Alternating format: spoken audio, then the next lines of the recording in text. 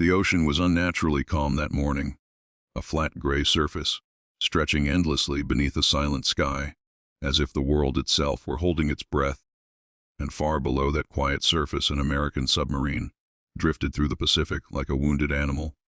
Not hunting, not hiding, simply surviving. Its engines unreliable, its electrical systems unstable. Several instruments flickering with uncertain readings. While inside the steel hull the air hung heavy with oil fumes, sweat, and tension. Every man aboard aware that if one more system failed they would not make it home. Their patrol already compromised days earlier by mechanical breakdowns that forced them off their assigned route, transforming what should have been a calculated hunt into a desperate journey through hostile waters. And in wartime a damaged submarine was not merely vulnerable to the enemy, but dangerously fragile to the unforgiving physics of the deep itself. Yet history has a strange habit of moving through accidents rather than intentions, and sometimes survival alone places men where strategy never could.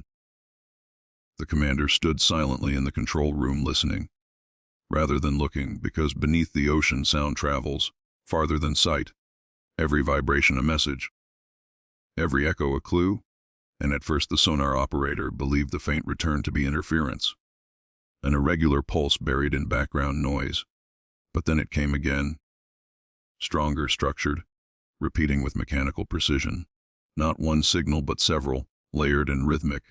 The unmistakable signature of ships, yet something was wrong. They were not moving, no propeller advance, no shifting pattern, simply present, fixed in position. And that made no tactical sense, because wartime vessels did not remain stationary in open waters, where they could be found and destroyed. Stillness meant concealment, protection, or secrecy. The commander ordered absolute silence aboard the submarine.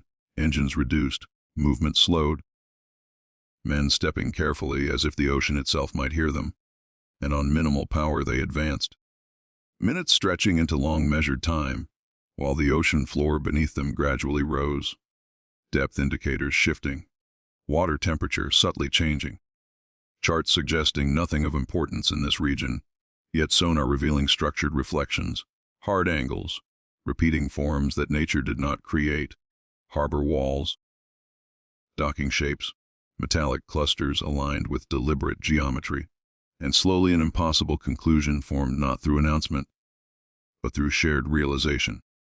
They had not stumbled upon a patrol road or convoy. They had discovered infrastructure, a concealed Japanese naval installation, hidden where intelligence believed nothing existed, a base unseen by reconnaissance aircraft, unreported by prior patrols, absent from every chart they carried, and above them ships rested quietly at anchor, not in transit, not maneuvering, simply waiting within the safety of secrecy. Fuel reserves, repair facilities, supply vessels, perhaps submarines preparing for deployment, an operational hub masked by geography and assumption. The magnitude of the discovery spread through the crew, not with excitement, but with a deeper, heavier awareness. They were not prepared for combat.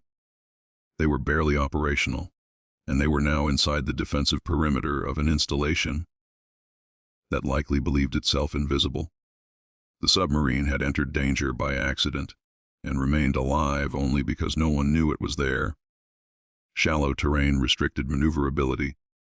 Damaged systems limited speed. Escape routes were uncertain, yet knowledge of this base could alter naval strategy across the Pacific if reported. The commander understood that survival and silence were now their only weapons, and in that suspended moment, between discovery and decision, the broken submarine, meant to retreat and repair, had become the sole witness to a secret the war itself had not yet uncovered. The commander did not celebrate the discovery, because celebration belonged to safety, and safety did not exist here. Instead, he calculated distance, depth, silence, and probability, while the submarine hovered in a fragile balance between revelation and destruction. The crew, listening as sonar returns sharpened into unmistakable patterns of anchored vessels above, metal hulls displacing water in quiet stillness, the faint structural resonance of docked ships transmitting through the sea like distant heartbeats. And then a new sound emerged, subtle at first. A slow rotating pulse distinct from the others, a patrol craft moving along the perimeter, guarding what no one believed could be found. The realization tightening every muscle aboard, that the base was not abandoned or forgotten, but actively protected. The submarine's damaged systems, transformed from inconvenience into mortal risk, because a rapid dive was impossible, and a sudden retreat could produce noise loud enough to betray them. So they remained, suspended in controlled stillness, while the commander weighed an impossible question: whether to observe longer and gather intelligence, or withdraw immediately to carry the discovery home. And in war, knowledge had value only if someone survived to report it. Yet leaving too soon meant abandoning details that could change strategy across an entire ocean. And so he chose patience, a dangerous kind of courage measured not in action but restraint. The submarine drifting slowly along the outer boundary of the hidden harbor, recording sound signatures, estimating vessel count, mapping structure through echoes alone, building an invisible blueprint from vibration and timing. Every minute increasing both understanding and risk. Then the ocean itself shifted, a distant mechanical surge cutting through the layered silence, engines engaging somewhere above. Not the steady idle of anchored ships, but the active churn of machinery awakening. A vessel preparing to move, and with movement came unpredictability. Sonar signals overlapping, reflections distorting, acoustic shadows collapsing. The delicate concealment that had protected the submarine, now threatened by chaos in motion. The patrol craft altered course, its propeller rhythm intensifying as if something had triggered heightened alertness. Perhaps routine, perhaps coincidence, perhaps the faintest disturbance carried through water, by currents no human could perceive. Inside the submarine, the air seemed to thicken further, as every man understood detection would mean depth, charges, and shallow waters, where evasion was nearly impossible. Yet retreat required power, and power risked noise. The commander ordered minimal reverse thrust, careful, gradual. A slow withdrawal disguised within natural ocean movement, seconds stretching into long, suspended intervals, where no one spoke and no one breathed freely. And then came the sound no submariner ever mistook. A sharp metallic echo transmitted through water, followed by the hollow report of an object entering the sea. Not an attack, but a test drop, a probing measure, the enemy searching the depths not for confirmation, but for certainty. A warning that the perimeter was not merely guarded, but actively monitored. And in that moment the broken American submarine ceased to be an observer and became prey within a trap it had never intended to enter. The commander recognized that survival now depended not on speed or strength, but on invisibility sustained long enough for suspicion to fade. The crew holding position in disciplined silence, while above them engines rotated, propellers shifted, and somewhere within the concealed harbor a vast unseen operation continued, unaware that its existence had already crossed the boundary from secret to discovered. Yet discovery remained meaningless without escape, and so the damaged submarine, carrying knowledge powerful enough to reshape naval strategy, began the slowest retreat of its existence, inch by inch slipping away from the hidden base, every vibration measured, every sound weighed against the fragile promise of survival. The ocean closing behind them like a curtain, while the truth of what they had found traveled silently within steel walls, toward a world that did not yet know the balance of war had begun to change. Retreat did not bring relief, because distance alone could not erase suspicion, once the ocean had been disturbed. And as the submarine slipped slowly away from the hidden harbor, the crew realized that survival was no longer a matter of remaining unseen, but of remaining unconfirmed. A fragile distinction upon which their lives now depended. Sonar reported the patrol vessel altering course again, not directly pursuing, but weaving through a pattern that suggested systematic searching, rather than routine movement. A predator not yet certain, but unwilling to ignore possibility. The commander understood that damaged machinery, limited speed, yet silence demanded restraint. so he chose depth over distance, guiding the submarine downward along a gradual slope in the seafloor, where temperature layers shifted and sound bent unpredictably. The ocean offering concealment, not through darkness, but through physics itself. A natural distortion field that could scatter acoustic detection if approached with patience. The descent was slow, agonizingly controlled, every gauge monitored, every vibration interpreted. And then came the sound that froze the control room into absolute stillness. A sequence of sharp mechanical releases above, followed by multiple splashes striking the water in calculated intervals. Not random drops, but a pattern.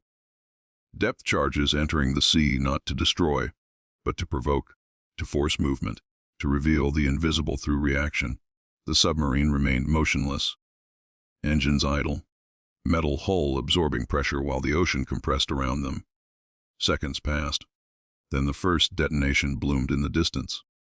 A deep concussive pulse traveling through water like a physical force pressing against bone and steel. Alike. Lights trembled. Instruments quivered. Loose particles drifted from overhead surfaces. Yet the hull held. Another explosion followed. Closer. Not precise but searching. Each shockwave a question posed in violence, and still the commander refused to move. Because motion would answer what the enemy could not yet prove. Tension built into something almost tangible. The crew enduring not battle but waiting, a test of discipline more demanding than combat. Then silence returned briefly. A deceptive quiet, filled only by the slow creak of metal adjusting to pressure. And within that fragile pause, sonar detected something new. A larger vessel shifting position near the harbor entrance. Engines heavier, displacement greater, perhaps a destroyer. Perhaps reinforcement summoned by uncertainty rather than confirmation. The search was tightening, time narrowing into a corridor of limited choices. Escape required not speed, but timing.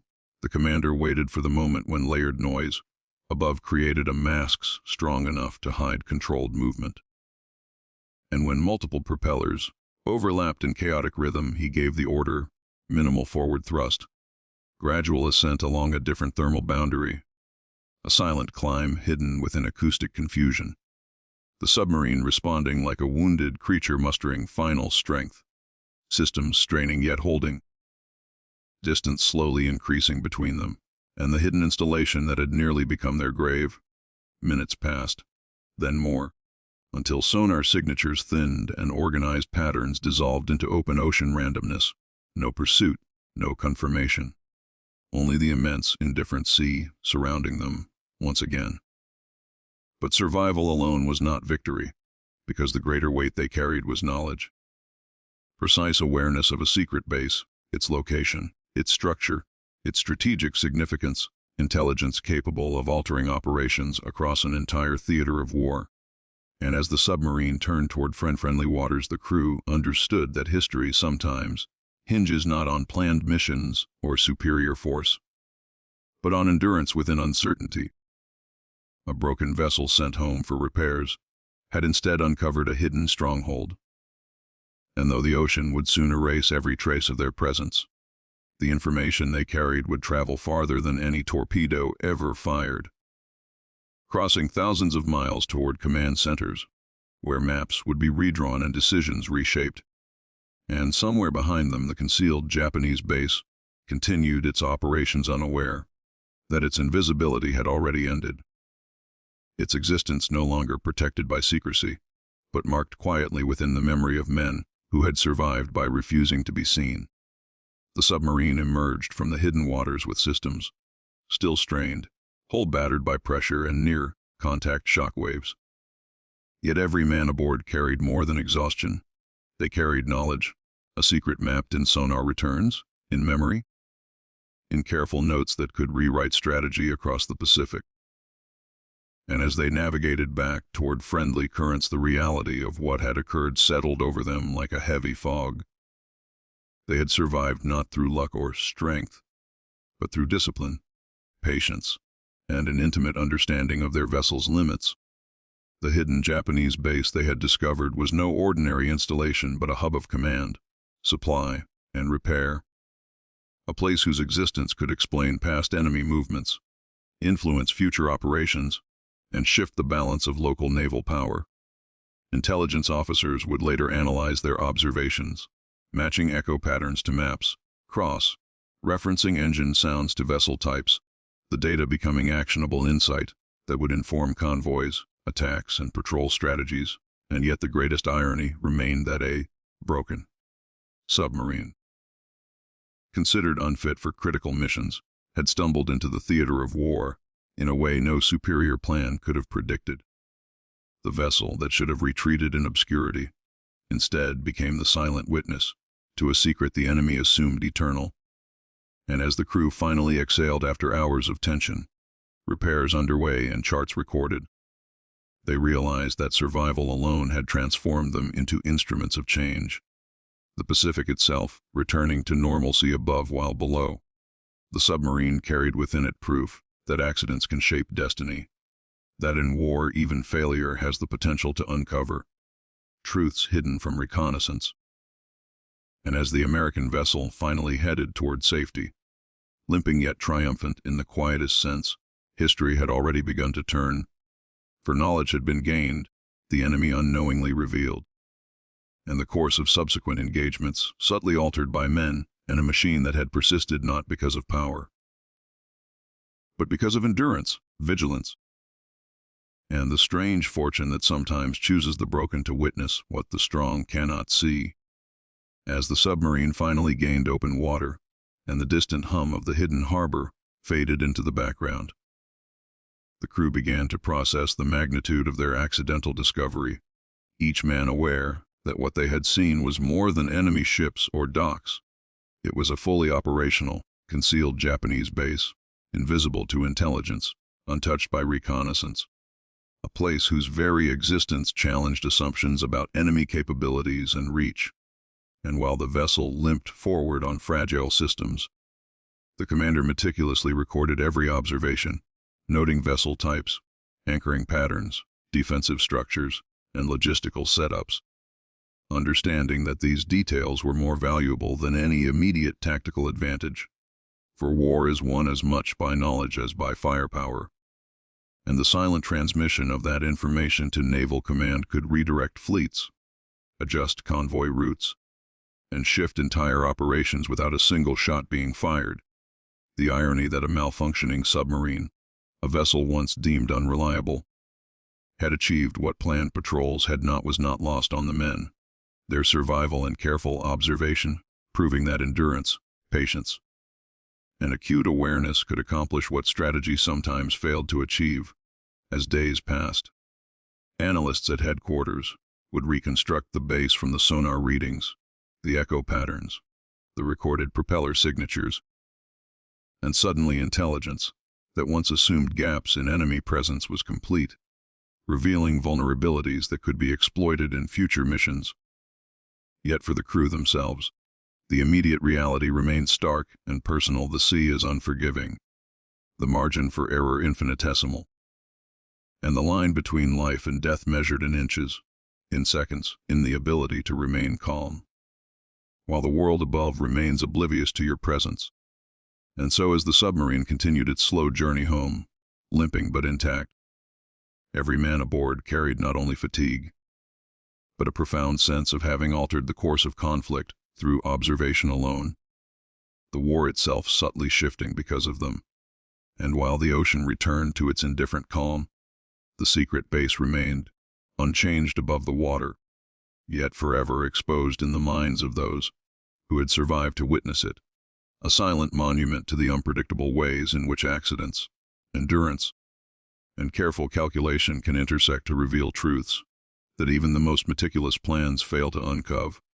As the submarine slowly navigated toward friendly waters, every creak of the hull, every faint vibration of machinery, became a reminder that they had survived a near impossible encounter. And yet the significance of what they had seen weighed heavier than exhaustion. The hidden Japanese base was more than a collection of ships and docks. It was a carefully constructed hub of operations, supply, and coordination. A node whose existence explained prior enemy movements, and could dictate future Allied strategies. And while the crew had survived through discipline and patience, they carried with them the responsibility of knowledge, for intelligence without transmission changes nothing. And as they prepared to communicate their findings, the commander calculated the risks of reporting versus concealment, knowing that revealing the location too soon could trigger preemptive attacks or put future missions in jeopardy. But withholding it could allow the enemy to continue operations unchecked, every decision layered with consequence. And in Washington and naval command centers, analysts would later reconstruct the base from sonar echoes, engine patterns, and meticulous notes, identifying supply chains, potential vulnerabilities, and operational priorities, realizing that a single accidental encounter had provided more intelligence than months of reconnaissance. And the irony remained that a broken submarine, a vessel deemed unfit for critical duty, had uncovered a strategic target that could shift the balance of power in the Pacific, proving that survival, observation, and careful calculation sometimes outweigh brute force or elaborate planning. The ocean itself seemed indifferent to these human concerns. Waves washing over unseen reefs, currents shifting silently, yet beneath that surface the course of the war had been altered, history quietly shaped by men who had remained patient in the face of uncertainty, disciplined in the presence of danger, and meticulous in recording what they had witnessed. And as the submarine continued its journey home, limping yet intact, the crew understood that their actions, unplanned, accidental, and driven only by survival instinct, had left an indelible mark on strategy, intelligence, and the broader unfolding of conflict, demonstrating that in war, as in life, sometimes the smallest, most fragile instruments can reveal truths that the strongest powers cannot see.